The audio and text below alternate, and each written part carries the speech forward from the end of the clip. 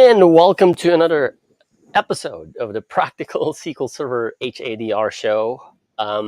This topic that I am going to cover today came out of some of the news that you've seen if you've been traveling this past week or the weeks prior to the holidays.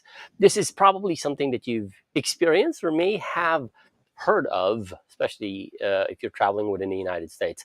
I've heard about this prior to the holidays when we had family and friends fly with Southwest and they were having some issues. And then last week, I saw a friend of mine who was traveling to the United States, and he was saying they have been stranded because they're not allowed to fly into. Yeah, they're not allowed to fly into the United States because of this particular incident. I'm talking about both the Southwest incident and the FAA incident, where both incidents have caused massive delays in travelers. Now, I don't want to sound like somebody who's just reporting from some of the news, but clearly there there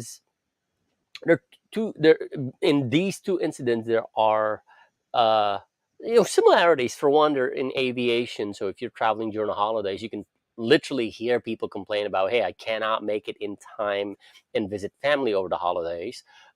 And for some people who are coming back from the holidays, flying back into wherever, whether it's from outside of the United States or within the United States, they would have been affected by this. Of course, if I'm coming back to work and I can't go back to work, this is something that I will be very, very frustrated about. I remember the times when, because I used to travel a lot prior to COVID, when a delay happens, you're wondering when's the next flight, how long will I be stranded. I remember being stranded on a runway for like 2.5 hours because of weather conditions, or of course, we can't do anything about that. It's Mother Nature telling us to just take it a little bit slow. But when something like it's an airline issue where systems are down, or they could not take off because communications are not established, then it becomes challenging, especially when you are traveling. And again, what's common with these two incidents, both the Southwest Airlines and the FAA incident, is that they're both running on legacy, outdated systems. It's funny, of course, me being a technical guy. If you maybe I'm just curious, you walk into the check-in counter. Typically, what I'll do is I'll peek whatever is in the counter before they start boarding process. I'll peek, and sometimes I would see a Windows XP operating system running on the terminal. Sometimes they're running Windows 7. I'll be surprised if they're running Windows 7, but most of the time it's either Windows 2000. And I remember because I think it was a screensaver where the press Control Alt Delete would pop up. So I know that's either Windows NT or Windows 2000 from way back when. And sometimes I would see that. I'll be glad to see a Windows 7 running such operating systems on those terminals. And when they log in, you would see either a terminal base where it's black and white monochrome screen where you're the whoever's in charge of the boarding process would log in, and you know for a fact that they're still running legacy systems. And because of what happened during these two incidents, we can clearly see that there are impacts to maintaining legacy systems, particularly in your high availability and your disaster recovery. When it comes to business continuity, I mean, if you look at the news, there have been millions of people affected by this. Tens of thousands of flights were grounded. So from the point of view of business operations, there's an impact. There's loss of revenue, there's loss of business, but there is more to it than that. Now, the reality is you cannot simply replace legacy systems, right? And that's why I want to talk about the impacts of these legacy systems, because for one, they're not easy to replace, right? And as far as we technical professionals are concerned, our responsibility is to minimize those risks. So I want to talk about these impacts and how maintaining outdated legacy systems can affect or will affect. It's not a question of if, it's a question of when. Just like what happened to the FAA incident. In fact, one of the news mentioned that there was a file as part of regular maintenance. A file needs to be replaced it, didn't realize it was a wrong file, and then took them hours to days to even get back into normal business operations. In fact, some of the news are saying just yesterday uh, is when normal business operations would be resumed as far as travel and flights all across the United States are concerned. But the thing about this is, again, there is an impact to maintaining outdated legacy systems, whether we like it or not. And I want to talk about this in the context of high availability, disaster recovery, and business continuity. I mean, put yourself in the shoes. And again, if you've traveled before, put yourself in the shoes of the person who is supposed to be on the gate boarding a flight only to be told, we're not flying today. We don't know when we're flying. That's the thing. It's okay if you're in the United States and you're crossing states. You probably just rent a car and drive back home. But if you are coming from overseas and flying into the United States and you're being told, oops, we can't, well, when? You can't just drive. Well, you can rent a boat maybe and drive across the Pacific or the Atlantic. But the thing is, put yourself in the shoes of the person affected by this, and you will know how much of an impact it will have when you are maintaining legacy outdated systems. And part of this is also servicing what your customers need.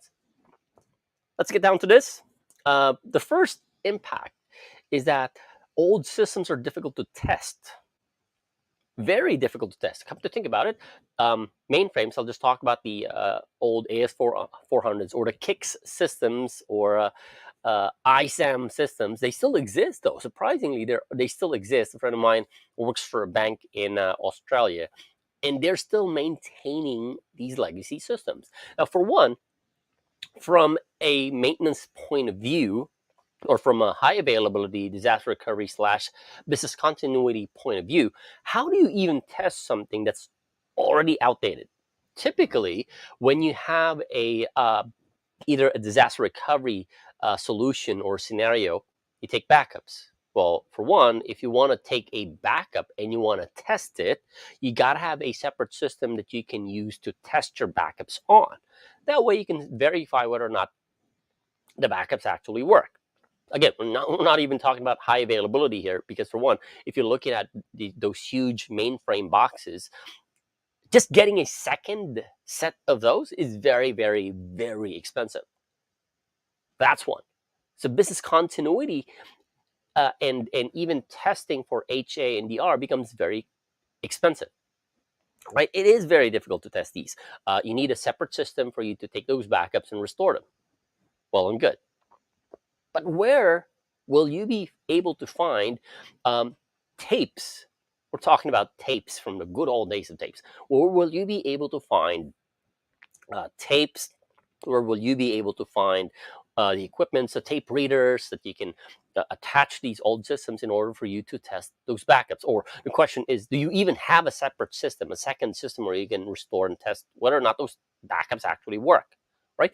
It is very difficult to test because you're looking at are there available firmwares, drivers, hardware that you can use to test these backups strategies or even restore strategies.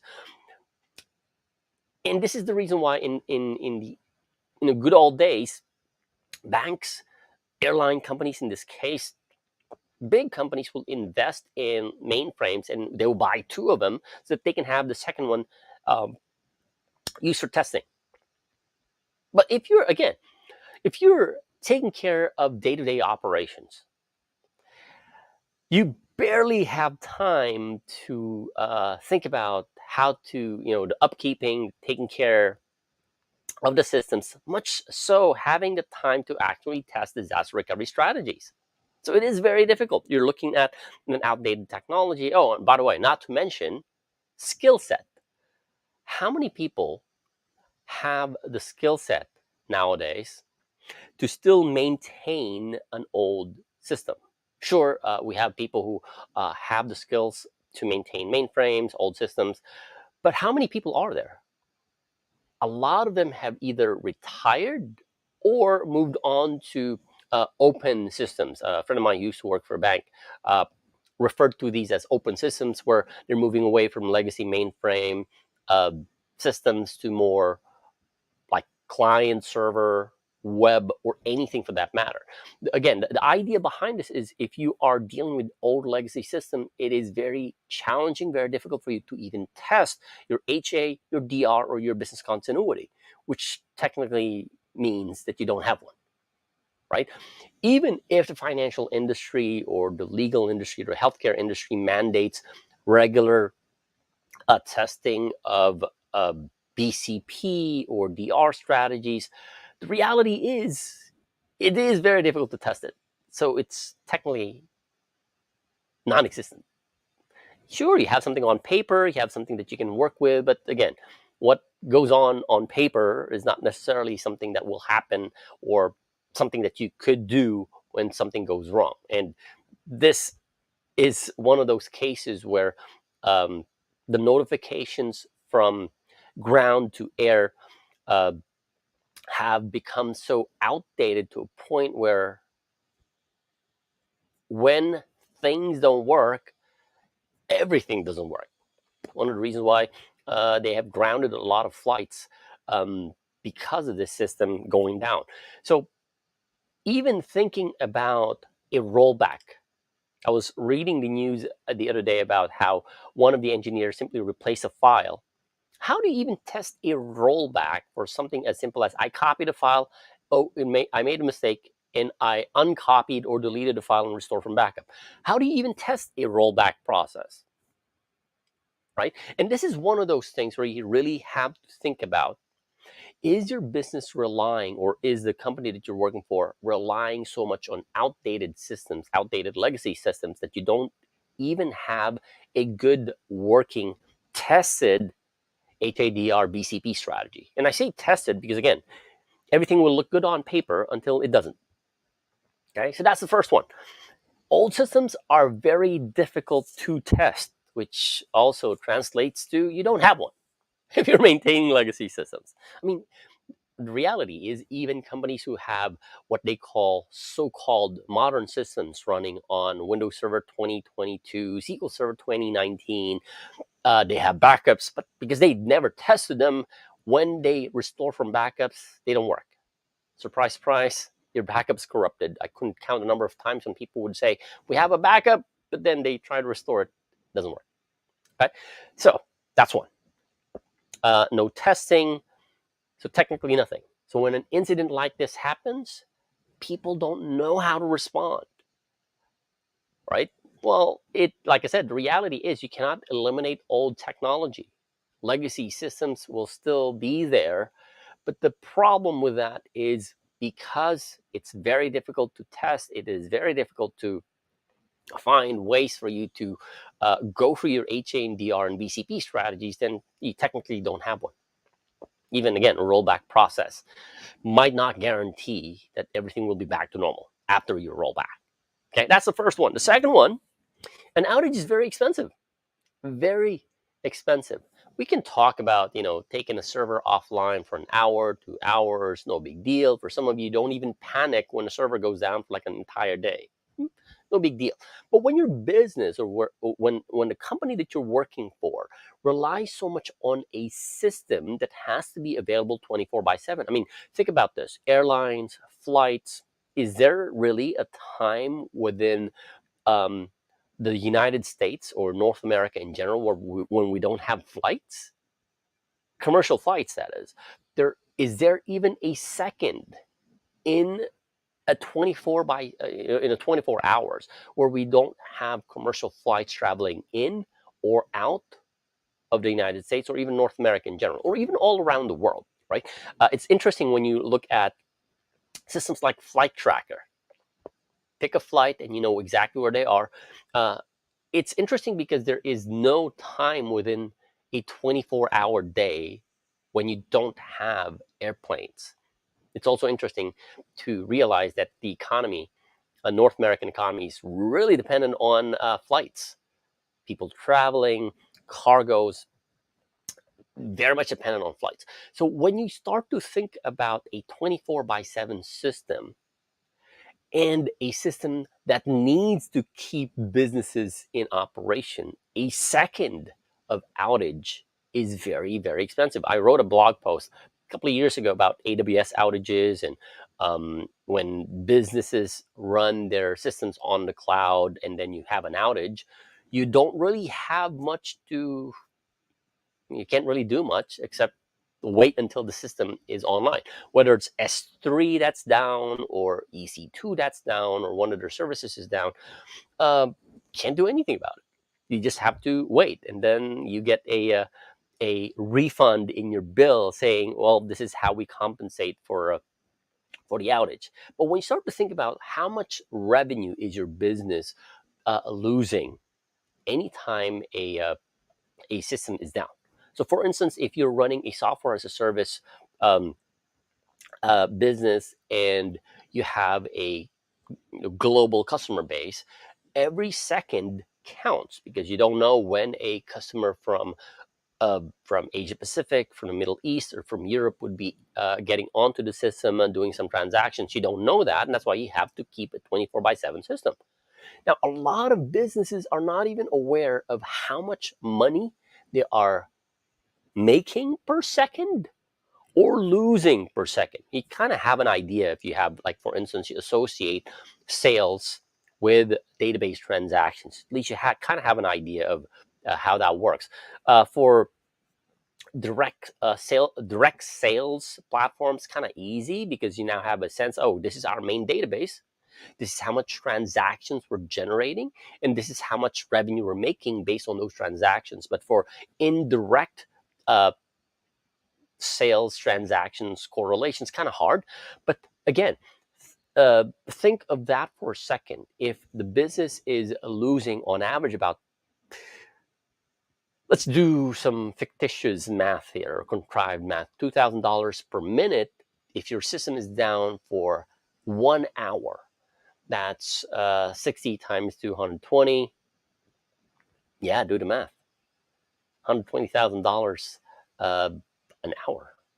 When you start to think, oh, hopefully my math is correct. But the thing is, you're losing that much if the system is generating that much money. And it's also one of the reasons why it is very difficult for people to respond to questions like, so what's your recovery point objective and your recovery time objective? Because they don't have a sense of what it is, what the company is, what is costing the company when an outage happens.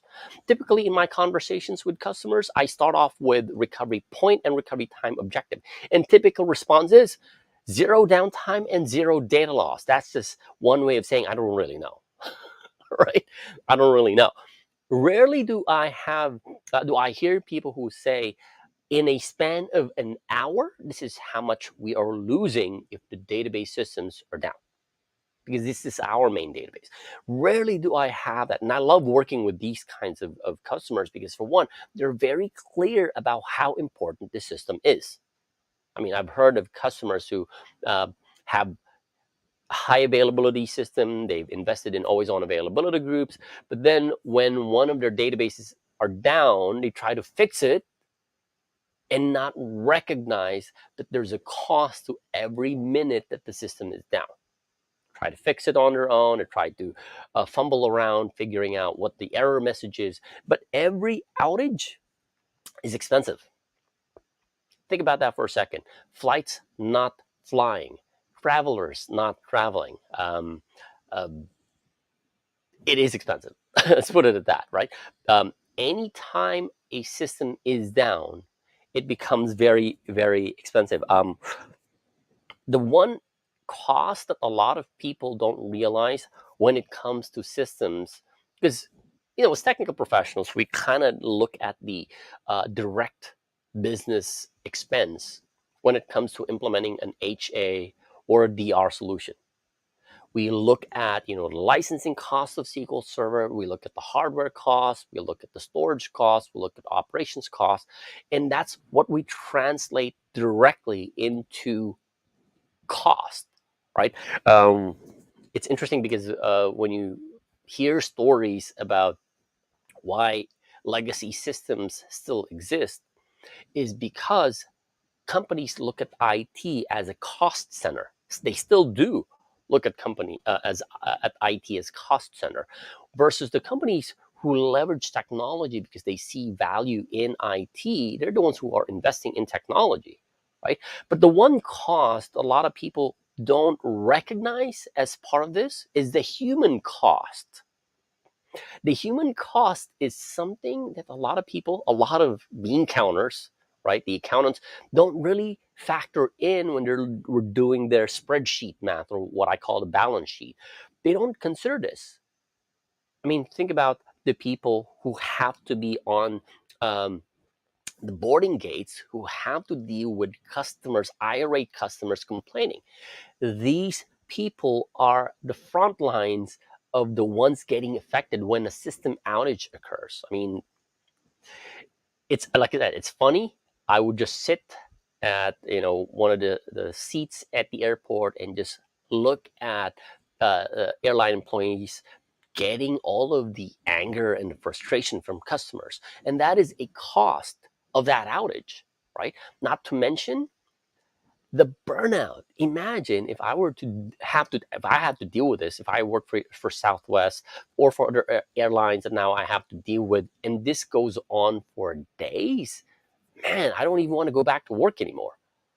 And this isn't a cost to the business because now your employees are tuning out because they're stressed, they're burnt out, right? I remember, and again, this is tying back to the human cost of how expensive it is to maintain a legacy system when there's an outage. I remember, when I used to work as a DBA for a managed services company, trying to fix a corruption for a SQL Server 6.5 database every single, well, not every single day, but every other day. It's interesting because, for one, we cannot just upgrade the system because it has to meet certain criteria. It has to follow some regulations. It has to be recertified. So we have to maintain it. I mean, I don't even want to touch it at that point. Sure, it was fun, exciting the first couple of days, but when it's the same thing over and over and over again, because SQL Server 6.5 cannot handle very large database files. It was not designed for that. And so we were hitting around 600, 500, 600, 700 gigabytes database. We were fixing corruption issues almost every other day. And it can be frustrating because, for one, I would rather work on something that I know I can fix versus something that keeps happening over and over and over again. The client decided, oh, we want to modernize. Their definition of modernization is we're taking it away from a physical machine, put it on a virtual machine. But now they're worrying about, hey, where can we find the drivers for the application to connect to the database? Where can we find the firmware so that we can get some of the devices working with VMware? And again, an outage is expensive. We're talking about loss of revenue to the business, loss of um, customers, because now they're like, I don't want to go with this business anymore. I'm going to move on to a different one that can provide. But of course, if you're talking about something like the FAA, where do you go? Where do you go? The FAA is technically responsible for all inbound, outbound flights throughout the United States. So where do you go? Well, you can drive if you want to, right? So that's second one. An outage is very expensive. Very. And we're not just talking about loss of business, loss of revenue. We're also looking at the mental health of the people who need to maintain. I mean, I could just imagine the engineer responsible for making that mistake of replacing. I don't want to say mistake, because, for one, it could have been something that they have done over and over and over and over again. They've gotten used to it, but this is the first time they've ever encountered something like this, and because they've never tested it, well, it didn't happen before, right? So it may not have been a mistake. It may have been something that is part of their normal, regular maintenance routine. It just so happened it went sideways, and they don't know how to deal with something that goes sideways. So the mental health, the panic, Imagine he's getting blamed. Imagine him getting fired for something as simple as this. But again, now you lose another employee who has uh, historical knowledge, right? The company, the cultural knowledge that goes alongside with doing regular maintenance like that. That's the second one. The third thing is the negative impact on employees. I've slowly transitioned into this when I talked about uh, the cost of the outage, but the negative impact on employees. Uh, Again, going back to looking at some of those terminals at the airport. Again, if you're flying on a regular basis, I encourage you to just take a peek at the counter. What operating system are they using? What app are they using? I'm pretty sure they're still using those terminal apps where you have to use your arrow keys and your tab keys. The mouse only works outside of the boundaries of the terminal based app. And here's the thing, people are now used to working with phones, working with tablets where they can use some functions and it's easy. But for them to go back into using terminal based systems, uh, now they're trying to use an app the way it's supposed to be used, when all day or throughout the day they've been using their phone, where all they typically do is click, drag, click, that they cannot do with old app. So it's the user experience, the negative impact of having to deal with outages. Again, I mentioned this briefly. Those people on the front lines taking care of irate, angry, frustrated customers. That's the negative impact. No, they cannot do anything about that. If you're working on the front lines, you don't even know what is going on the back end. All you know, my terminal is up and running, my app is up and running. I just can't access it because it's timing out, right? They don't know. And this is, again, one of the things that I emphasize when it comes to high availability and disaster recovery design. Doesn't matter if your database is up and running. It doesn't matter if you can fail over your databases quickly in a matter of seconds. If the app layer is not aware that even happened, and now the app cannot connect to the database, then at the end of the day, whoever's using the app will just say, oh, it's systems down. They're not going to say, oh, it's a network problem or it's a firmware problem. They don't know that. So all they really care about is it's down. And that creates that negative perspective. And they would now start to feel that, hey, company's not supporting me. I'm supposed to be doing my job well. It's just like the way I look at legacy systems is like, you're a carpenter using manual tools like the hammer, the saw. When you see your neighbor getting more work done because they're using uh, not automated, but power tools, it becomes frustrating, right? And this is also one of the reasons why a lot of people would either move on because they know that their growth isn't going to be anywhere near within the company if all they have to do is maintain these legacy systems. Uh, I, of course, depends on what people's goals are. Some people are just happy uh, taking care of old systems, not worry about modern systems, and not worry about the new technology. But again, it's one of the common reasons why the younger generation don't even want to get their hands on old systems, because for them they feel like, oh, I'm not going to be growing. I went to school. I went to study advanced systems, and now you're taking me back to a system that I could barely recognize because it's still punch cards or tapes. So that's kind of like holding people back from doing more. And when people talk about digital transformation, it's all about really accomplishing more with less. But when you are dealing with old systems, legacy systems, it becomes very challenging for you to actually accomplish more and do more. So what do? Move on, find another company that would allow me to work on the latest and greatest. Probably not the latest and the greatest, right? So how do you deal with this? For one, I've talked about the impacts of, and I completely forgot about this. I've talked about the impacts of maintaining outdated legacy systems and how it affects your high availability and disaster recovery and business continuity. The reality is there are still applications that you cannot, and I say cannot, modernize.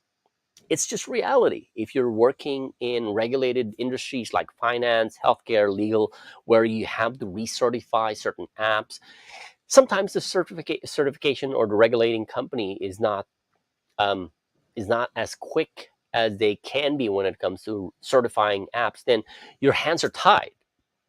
But the one thing that you can do is to prepare for what can go wrong, right?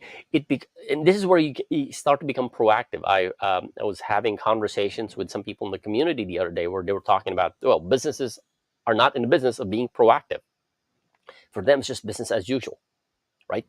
Day-to-day or operations is good enough for them. But your responsibility as a database administrator, a systems engineer, an IT guy who's responsible for taking care of legacy systems is to come up with a strategy that could help you prepare. Also, setting the right expectations. Like, when was the last time you had an outage that took, I don't know, a day or two? If you have not had any experience like that before, chances are you're not even going to be thinking about it, right? If you're living in a place where you don't even have earthquakes, chances are you're not even going to think about protecting against earthquakes. Unlike people from the West Coast, where California earthquakes, it's kind of like a normal thing for them. But this is part of what you can do if you're maintaining outdated legacy systems. Plan, be proactive, start looking at how you can reduce risk, because the risk is already there, right? When was the last time you've tested your DR strategy? And of course, I'll keep going back to recovery point, recovery time objectives, and SLAs, because you need to make sure that you're actually meeting those with whatever DR strategy you're using. Okay, that DR strategy, if you're looking at legacy systems, could be as simple as, hey, let's put this on a VM. Even if it's running Windows 2000 and SQL Server 2000, you can't upgrade, you cannot modernize because it's regulated and it's certified.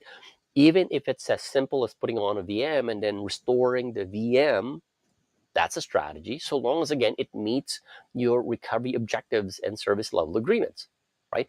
Start with that. If you cannot move away from legacy systems, start with having a strategy in place that you can use for coming up with a disaster recovery, right? If you can, let's say you're still thinking about, hey, how do I move from an old system to a new system, modernize it? Well, this is the time for you to start planning, right? If there's nothing preventing you other than the business approving, then it's about time for you to come up with a plan to modernize those systems so that you can be well protected. And in case something like that, I didn't say if, I say when something like that happens, you know exactly what to do, and you're not going to be down for days or hours even, right? That's about it for this week's episode of the Practical SQL Server HA show. If you need any help in evaluating whether or not you can move some of those outdated legacy systems into modern ones and implement high availability and disaster recovery as well, use that link on the screen, schedule a strategy session. I'm happy to help in any way I can. I've helped customers in the past move from, man, I can still remember doing a 2000 to 2016 where we had a two-step process. It is not as straightforward, but here's the reality though. You are doing your company or your job a huge favor by looking at modernizing and updating legacy systems. It will take a lot of, you need a lot of buy-in from stakeholders, whether it's the CEO or whoever's making the decision, and it is costly, right? It is expensive. I want to set the stage right and set the expectation right. It is expensive. But what is even more expensive is not upgrading, and then you come up with an outage like this, like what the FAA and the Southwest Airlines experience, which can be even more expensive, right? The choice is up to you. Again, keeping legacy systems is putting the business at risk. Your job is to come up with a case where modernizing an outdated or legacy system can benefit the company in the long run, right? Again, use that link on the screen, schedule a strategy session. I'm happy to help in any way I can. And that's about it for this week's episode of the Practical SQL Server HADR show. And it's interesting because I rarely try not to read the news. But when something like this happens, because again, a friend of ours, family members are affected by these flight issues or a lot of these news issues, I start to think about what is the impact of this incident when it comes to our responsibility as technical professionals in keeping systems highly available. That's why sometimes I kind of keep my pulse on what is going on, even though I try not to watch the news. Anyway, enjoy the rest of your weekend. I'll see you again next week for another topic of the Practical SQL Server HADR show. Goodbye.